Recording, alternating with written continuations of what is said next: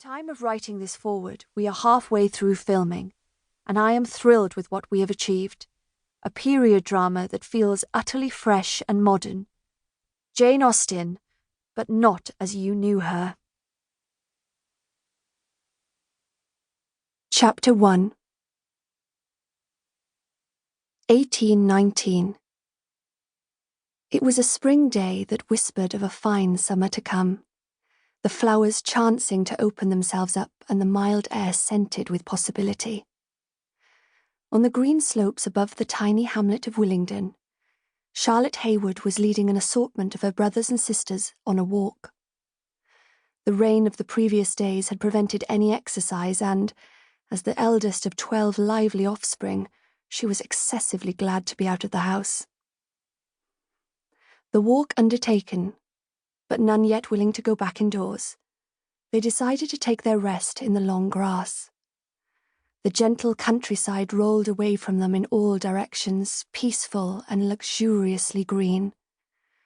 It was so wonderfully quiet. The children becalmed after their excursions. The bright bird song only distant, that Charlotte could hear the soft breeze sighing through every blade of grass. She ran her free hand through it, marvelling at its springiness, the other hand occupied by the gun tucked expertly into the nook of her shoulder. She was just wondering how she might occupy herself for the rest of the day when a small movement caught her eye.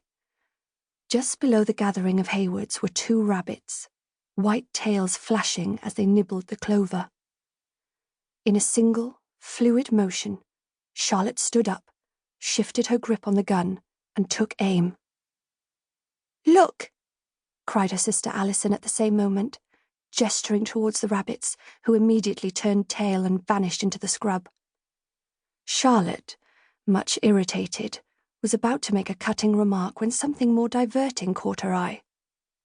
2 horses, the sweat on their flanks visible even from the remove, were struggling to pull a carriage up the steep and twisting lane that served as Willingden's only road. That anyone should attempt this was so unusual that all the Heywoods were soon on their feet, to better observe the spectacle. As they watched, the carriage, which had already slowed considerably, began to list, then lurch, and finally toppled over on its side with a resounding crash. Charlotte hitched up her skirt. "Quick, Alison! Quickly, boys!" As they hurried down the hill, more Heywood children, alerted by the racket, poured forth from the house as though there might be no end to them. None could hide their glee at this unexpected turn of events, for Willingden was a very out-of-the-way sort of place. What was surely a misfortune for the occupants of the carriage was already proving great entertainment for the younger Heywoods. When Charlotte reached the bottom of the slope, the coachman was already up and busy trying to calm the distressed horses. There was as yet no sign of the carriage's occupants, but as she drew closer, the door, which was now facing skywards, opened up. A gentleman's head and shoulders emerged. He looked about him with keen, darting eyes as though enthusiasm and interest might be mustered even from the most alarming incident. "Here we are!" he cried with admirable cheer. "No harm done. Give me your hand, my love," he said to his yet unseen companion, who was still ensconced in the stricken carriage. "We'll soon have you out." Without further delay, Charlotte scrambled up onto the carriage to offer her assistance. Her sister, always more mindful of propriety, was shocked. "Charlotte, what are you doing?" she exclaimed. "Steady," said Charlotte, ignoring Alison and addressing the carriage's female occupant. "Take my hand." The lady, with Charlotte's help, pulled herself clear and landed very tidily on the road, her fair hair only slightly disarranged. "Thank you," she said, smiling, her demeanour quite as good-natured as the gentleman's now she was rescued.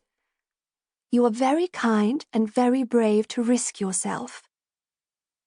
Charlotte smiled back, dark eyes sparkling. "Not at all, Ma'am. This is the most exciting thing to happen in Willingden for years."